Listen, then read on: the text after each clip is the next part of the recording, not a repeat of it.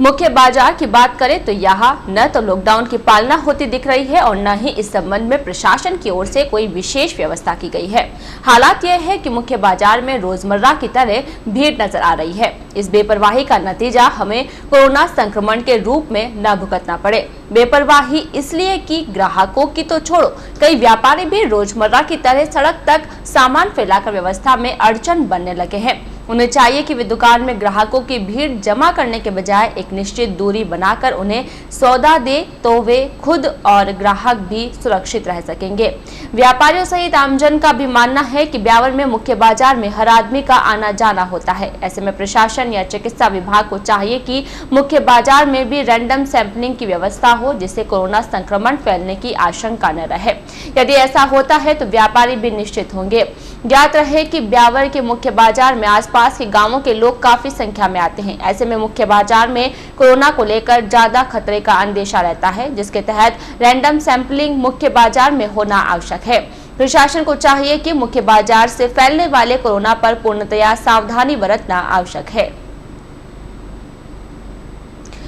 Corona virus संक्रमण के चलते घोषित लॉकडाउन के दौरान बिजली व पानी के बिल माफ करने की मांग को लेकर आप पदाधिकारियों ने एसडीएम को एक ज्ञापन दिया है। राज्य के सीएम के नाम दिए गए ज्ञापन में बताया गया कि लॉकडाउन के दौरान चौपट हुए व्यवसाय तथा रोजगार के अभाव में आमजन के सामने रोजी रोटी की संकट भी पैदा हो गया है। ऐसी स्थिति में आमजन बिल तथा पानी का बिल जमा कराने में असमर्थ है। उधर बिजली कंपनियां आमजन से पेनल्टी के साथ बिल वसूल रही है और बिल जमा नहीं करवाने की सूरत में कनेक्शन काटने की चेतावनी दे रही है। ऐसी स्थिति में आम आदमी के सामने कोई विकल्प नहीं है। ज्ञापन में वर्तमान स्थिति तथा रोजी रोटी के संकट को देखते हुए लॉकडाउन की अवधि में बिजली व पानी के बिल माफ करने की मांग की है। ज्ञापन में आए दिन बिजली तथा पानी की दरों में वृद्धि करने पर भी असंतोष जताया गया है। ज्ञापन देने वालों में पारसमल श्रीमाल, राधा वल्लभ, माहेश्वरी, नीलेश बुरड, महेश शर्मा, बनवारी लाल जोशी शामिल थे। आम आदमी पार्टी ब्यावर टीम ने जो कोरोना का जो महामारी चल रही है, इसको लेकर जो बिजली और पानी के जिस तरह से बिल आ रहे हैं एवरेज करके बहुत ज़्यादा बिल आ रहे हैं, हमने यह मांग करी है कि आम आदमी पार्टी ने ये मांग करी है कि ये जो बिजली के बिल हैं कोरोना काल के वो माफ़ किए जाएं। हो ये रहा है कि कांग्रेस जहां बीजेपी के राज्य है वहां माफ़ी की मांग कर रही है और जहाँ कांग्रेस के राज्य है वहां बीजेपी माफ़ी की मांग कर रही है, जबकि वास्तव में बीजेपी कांग्रेस कोई बिजली के बिल माफ़ नहीं कर रही है। जिस तरह से दिल्ली के अंदर 200 यूनिट बिजली माफ़ की जा रही है, इस कोरोना की काल की अवधि के दौरान सभी के बिजली के बिल माफ़ किए जाएं, क्योंकि आर्थिक रूप से वैसे भी आदमी बहुत दब चुका है। ऐसे के अंदर अगर सरकार इस तरह से ये शुल्क वसूली करेगी तो यह एक तरह से सही नहीं है इस समय के लिए। तो हमने ये मांग करी कि बिजली और पानी के बिल जो कोरोना के 3-4 महीने की काल की अवधि है उसको बिल्कुल माफ़ किया जाए। शहर के मेवाड़ी गेट बाहर स्थित फल एवं सब्जी मंडी में खड़ी एक बाइक में मंगलवार सुबह अचानक आग लग गई। अज्ञात कारणों के चलते लगी आग के कारण बाइक धू-धू कर जलने लगी। इस दौरान मंडी में खड़ी भीड़ देखती ही रही, लेकिन किसी ने भी आग को बुझाने का प्रयास नहीं किया। हालांकि इस दौरान मंडी में उपस्थित भीड़ में अफरा तफरी मच गई। उधर आग लगने की सूचना के बाद पुलिस भी मौके पर पहुंची तथा भीड़ को इधर उधर करवाया। थोड़ी ही देर में बाइक जलकर कबाड़ में तब्दील हो गई। बताया जा रहा है कि सूचना के बाद मंडी पहुंची दमकल की गाड़ी ने बाइक में लगी आग को बुझाया। बताया जा रहा है कि उक्त बाइक सब्जी मंडी में काम करने वाले किसी मुनीम की है। कोविड-19 के तहत विगत दिनों जिला कलेक्टर के आदेश पर ब्यावर शहर में कुछ समारोह स्थलों को क्वारंटाइन सेंटर के लिए आरक्षित किया गया था। इनमें से अधिकांश सेंटर आबादी क्षेत्र में स्थित है। आबादी क्षेत्रों में स्थित इन सेंटरों को मुक्त करने के लिए मंगलवार को वार्ड 59 के पार्षद हरीश साकला, 7 के पार्षद अनिल भोजन तथा अन्य लोगों ने उपखंड अधिकारी से मुलाकात की। मुलाकात के दौरान जनप्रतिनिधियों ने बताया कि शहर के सातपुलिया स्थित Dwarkadhish garden, केशनंदन garden, Radhakunj garden तथा केशव नयन समारोह स्थल शहर की आबादी के मध्य स्थित है। अगर भविष्य में इन सेंटर्स पर कोरोना प्रभावित रोगियों को क्वारंटाइन किया जाता है तो यहाँ आसपास निवास करने वाले लोगों का जीवन खतरे में पड़ जाएगा। पदाधिकारियों ने बताया कि क्वारंटाइन सेंटर आबादी क्षेत्र से दूर होने चाहिए ताकि आमजन को परेशानियों का सामना नहीं करना पड़े। अतः आबादी क्षेत्र में स्थित इन समारोह स्थलों को क्वारंटाइन सेंटर से मुक्त करें। मुलाकात के दौरान उपखंड अधिकारी जय संधु ने शीघ्र ही मौका स्थिति देखने के बाद उचित कार्यवाही का आश्वासन दिया। मुलाकात करने वालों में पूर्व उपसभापति सुनील मुद्रा, मोहन गर्ग, अजय खंडेलवाल, आशीष पदावत, पारस जैन, संजय जैन, शकील मेवाड़ा, फिरोज मेवाड़ा, कमल शर्मा आदि शामिल थे। वार्ड नंबर 59 और वार्ड नंबर 60 के निवासी हैं। हम ये एसडीएम साहब से केशव नयन को और शहर के जो बीचों बीच जो भी राधा कुंज है और ये द्वारकाधीश 3-4 को इन्होंने क्वारंटाइन सेंटर बनाया है, उस संदर्भ में एसडीएम साहब निवेदन करना है कि इनको आप बाहरी क्षेत्र में ले जाएं। ब्यावर में ऐसी बहुत से स्पॉट हैं, इनसे बड़े बड़े स्पॉट हैं, जैसे रानीबाग रिसोर्ट है, पीपीएस गार्डन है, केंद्र विद्यालय है, गुरुकुल स्कूल है और अगरसेन विद्या मंदिर है। ये शहर के बाहर हैं। यहाँ पर क्वारंटाइन सेंटर बनाए तो ज़्यादा बढ़िया होगा। ये सभी जो भी बनाए ये बस्ती के अंदर है, तो हमारा इस चीज़ का विरोध है कि इसको आप शहर के बाहर ले जाएं और वहाँ फुल उठता है तो आप यहाँ भी बनाएं तो आपत्ति नहीं है। लॉकडाउन के दौरान कसाबान मोहल्ला क्षेत्र में कर्फ्यू लागू होने के बावजूद मंगलवार को दुकानें खुलने की सूचना को गंभीरता से लेते हुए सिटी थाना पुलिस ने मौके पर पहुंचकर उन दुकानों को बंद कराने की कार्रवाई की। साथ ही व्यापारियों को पाबंद किया गया कि जब तक प्रशासन की ओर से क्षेत्र में कर्फ्यू लागू है तब तक दुकानें नहीं खुल सकती। लॉकडाउन के दौरान प्रशासन की ओर से जिन क्षेत्रों में पॉजिटिव केस सामने आए उन क्षेत्रों में संक्रमण और न फैले, इसके लिए सुरक्षा के दृष्टिकोण से कर्फ्यू लागू किया गया। ऐसे में क्षेत्रों में कुछ दिन बाद प्रशासन ने अपने स्तर पर विचार विमर्श के बाद कुछ क्षेत्रों को कर्फ्यू मुक्त करने की घोषणा भी की। जिन क्षेत्रों को कर्फ्यू मुक्त किया गया वहां बाजार खुलने के साथ ही आवागमन भी होने लगा, मगर जिनमें कर्फ्यू लागू है उन क्षेत्रों में प्रशासन ने न तो दुकानें खुलने और न ही आवागमन सुचारू करने की छूट दी। इधर व्यापारियों का कहना था कि जब अन्य क्षेत्रों में कर्फ्यू हटा दिया गया तो उनके कसाबान क्षेत्र में भी दुकानें खोलने की छूट दी जाए, जिससे वे भी अपना व्यापार शुरू कर सके। लॉकडाउन को करीब कुछ कम 2 माह होने वाले हैं।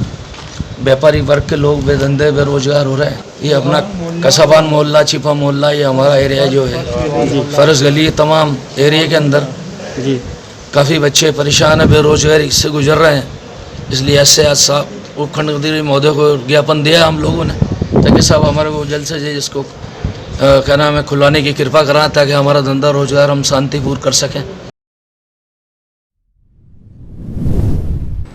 श्रीमद् भागवत परिवार प्रभात फेरी के 12 वर्ष पूर्ण होने पर आयोजित 4 दिवसीय वार्षिकोत्सव के दौरान कार्यक्रम जारी है। परिवार के सदस्यों की ओर से इस दौरान विभिन्न सेवा कार्य किए जा रहे हैं।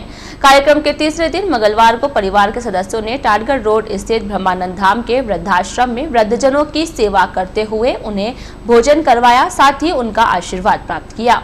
इस दौरान संयोजक संजय गिया, प्रेम नारायण राठी, भगवान साकला, हीरालाल, कांताबाई तथा नरेंद्र भारद्वाज आदि उपस्थित थे।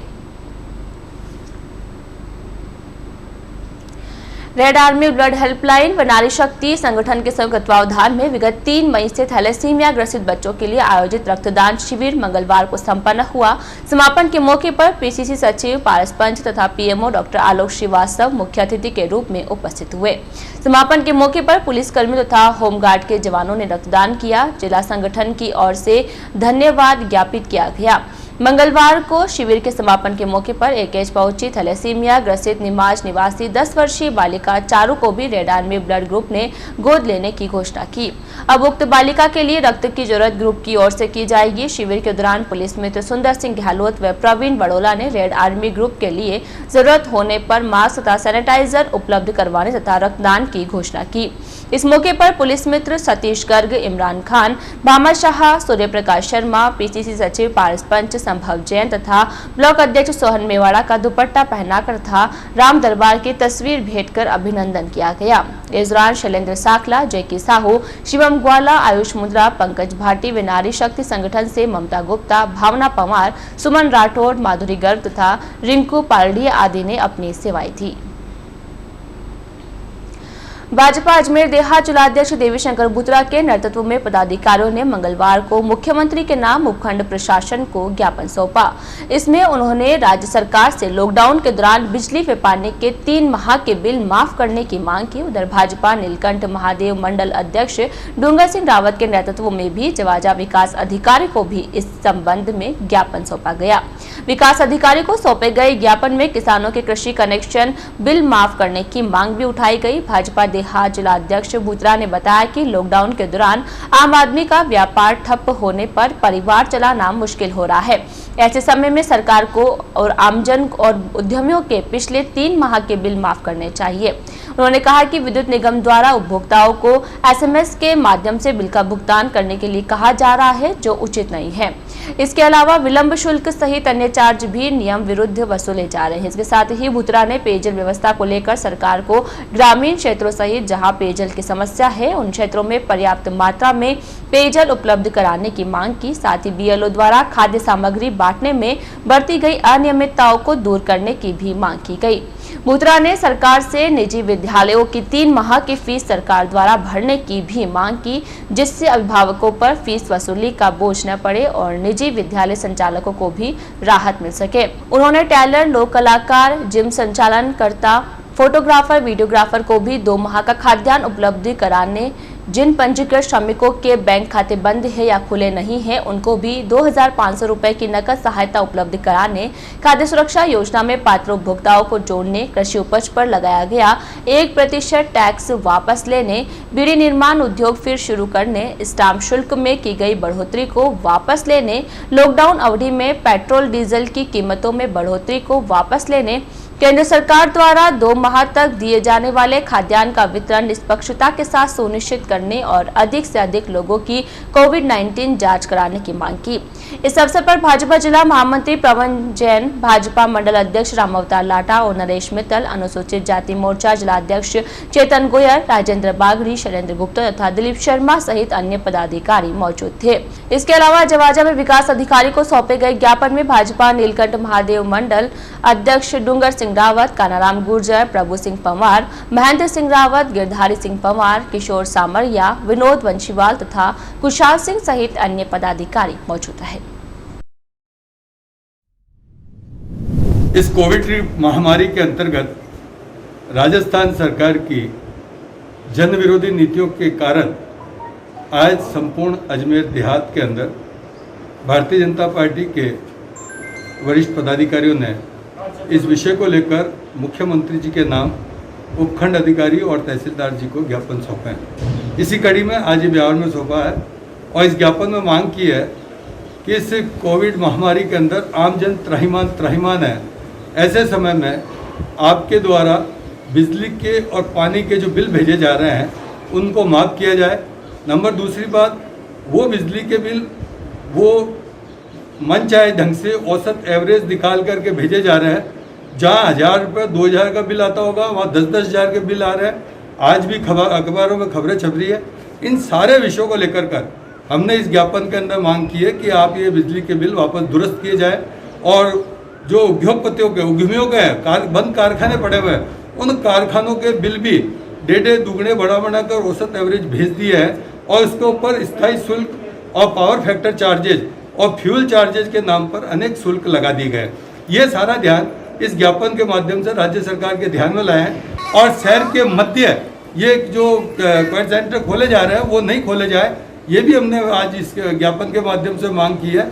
ऐसे अनेक विषयों को लेकर के राज्य सरकार से मांग की है। राज्य सरकार से आग्रह किया है कि इन विषयों पर सहानुभूतिपूर्वक विचार कर और इसको राहत दिलाएं और जो ये गरीबों की जो सूची बन रही है केंद्र सरकार के निर्देश पे, वो सूची भी समय रहते बने और उसमें कोई भेदभाव नहीं हो, उसमें सभी वर्गों को जोड़ा जाए। इन सारे विषयों को लेकर के आज ये ज्ञापन दिया गया। शहर के कसाबान मोहल्ला क्षेत्र से कर्फ्यू हटाने की मांग होने लगी है। मंगलवार को क्षेत्र के लोगों ने वार्ड 16 के पार्षद अब्दुल मजीद कुरैशी के नेतृत्व में एसडीएम को एक पत्र दिया है। एसडीएम को दिए गए पत्र में क्षेत्रवासियों ने बताया कि कसाबान मोहल्ला क्षेत्र में कोरोना पॉजिटिव केस मिलने के बाद कर्फ्यू लगाया गया था, लेकिन अब क्षेत्र में शांति है और लोगों ने ईद का पर्व भी मना लिया है। क्षेत्रवासियों ने बताया कि यहाँ के निवासियों के सभी काम धंधे इसी एरिया में स्थित है, जो कि कर्फ्यू के कारण बंद पड़े हैं। कामकाज बंद होने के कारण लोगों के सामने रोजगार का संकट खड़ा हो गया है। अतः निवेदन है कि अब कर्फ्यू को हटाया जावे ताकि यहाँ के बाशिंदे अपना कामकाज कर सके। पत्र देने के दौरान शब्बीर अहमद, मोहम्मद इकबाल, महबूब अली, मोहम्मद आदिल तथा हाजी गुलाम सरवर आदि शामिल थे। कोरोना वायरस संक्रमण के दौरान घोषित लॉकडाउन के दौरान मास्क मैन के रूप में अपनी विशिष्ट पहचान बनाने वाले पीसीसी सचिव पारस पंच का मंगलवार को अभिनंदन किया गया। आपदा की इस विषम परिस्थितियों में प्रवासी मजदूरों व शहर के जरूरतमंदों को जननायक रसोई के माध्यम से भोजन उपलब्ध करवाने वाले पंच का गौ माता की प्रतिमा भेंट करते हुए सेवाओं के लिए आभार प्रकट किया गया। अभिनंदन करने वालों में गौ सेवक व पुलिस मित्र सतीश गर्ग, राजेंद्र सोनी, इमरान खान तथा सुंदर गहलोत आदि शामिल थे।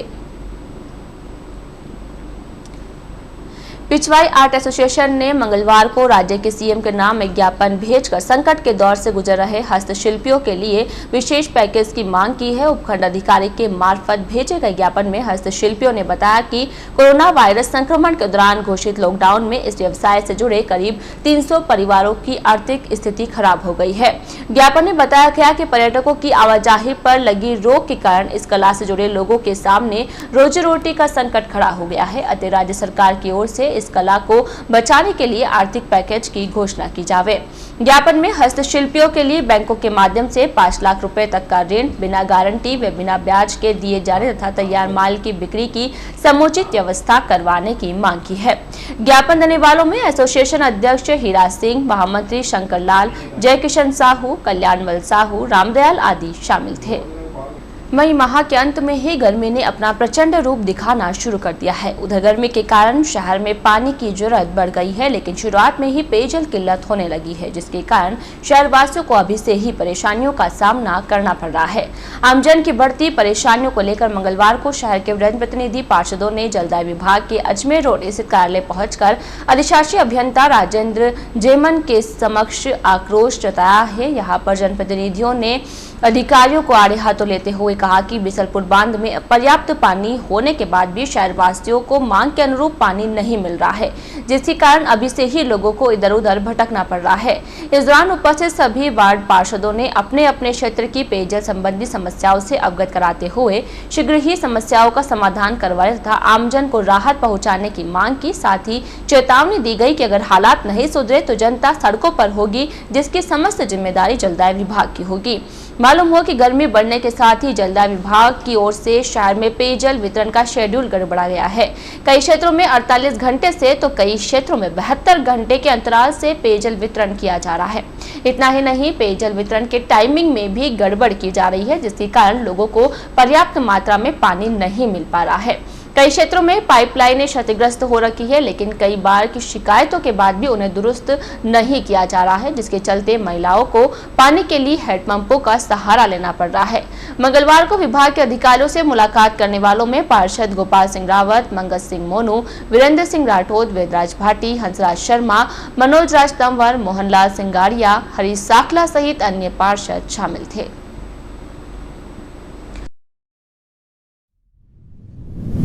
भारतीय जनता पार्टी के पार्षद पानी की समस्याओं को लेकर आज हमने ज्ञापन दिया।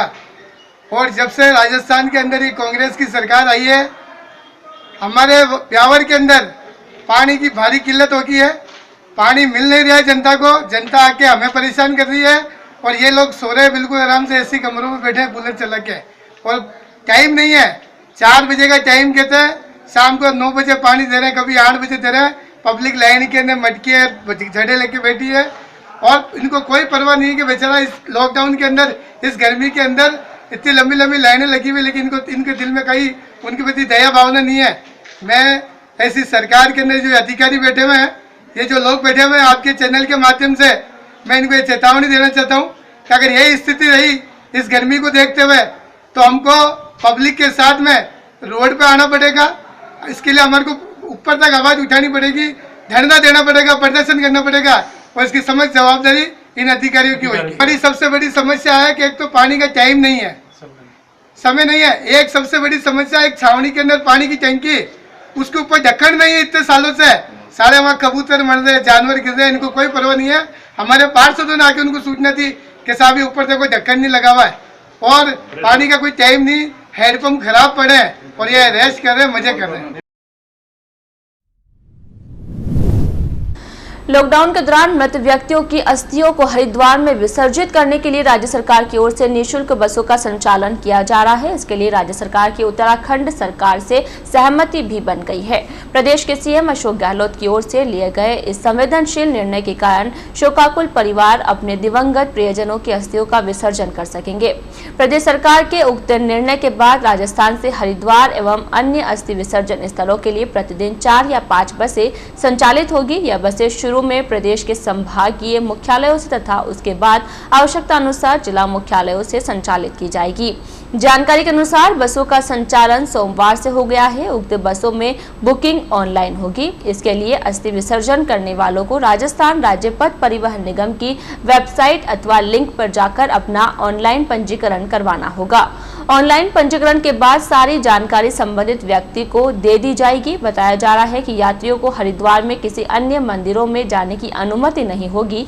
यात्रियों को वहां की सरकार के निर्देशों का पालन करना होगा।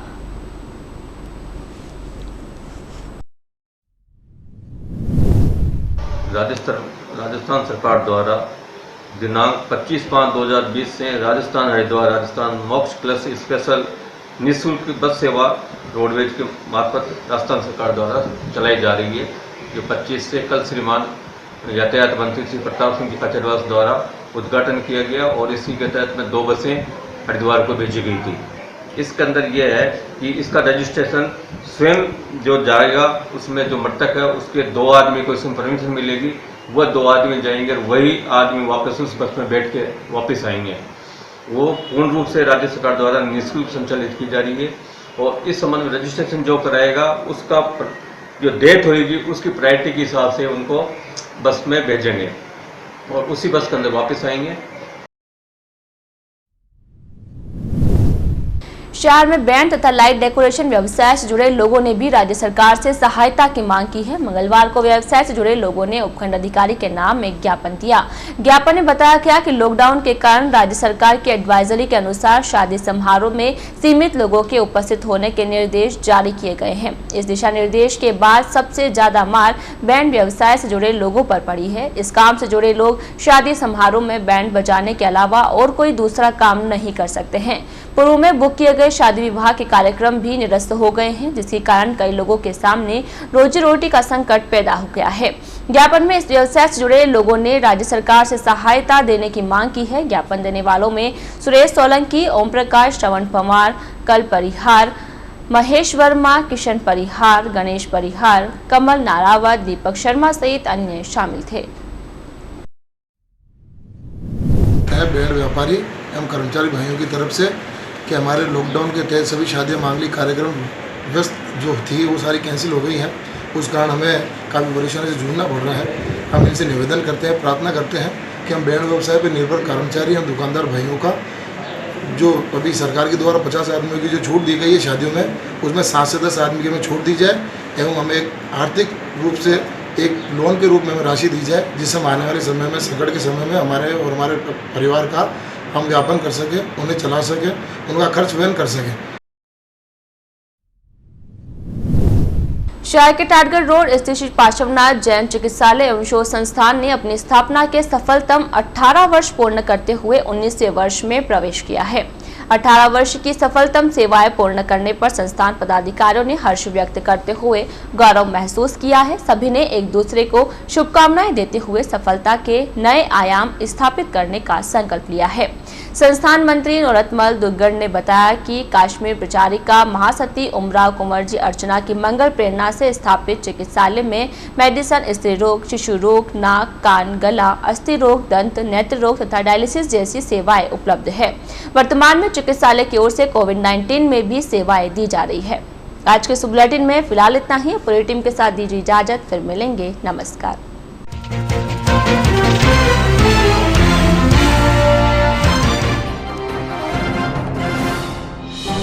मुख्य बाजार में लापरवाही का आलम बरकरार। सब्जी ठेला व्यापारी भी सटकर हो रहे हैं खड़े। बाजार में अब तक नहीं हुई रैंडम सैंपलिंग।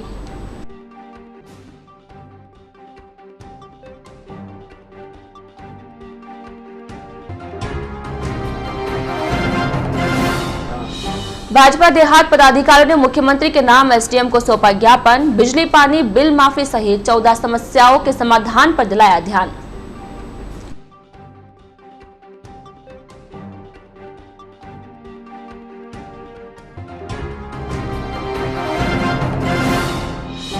गर्मी बढ़ने के साथ ही बड़ी पेयजल किल्लत, जनप्रतिनिधियों ने विभाग के खिलाफ जताया आक्रोश।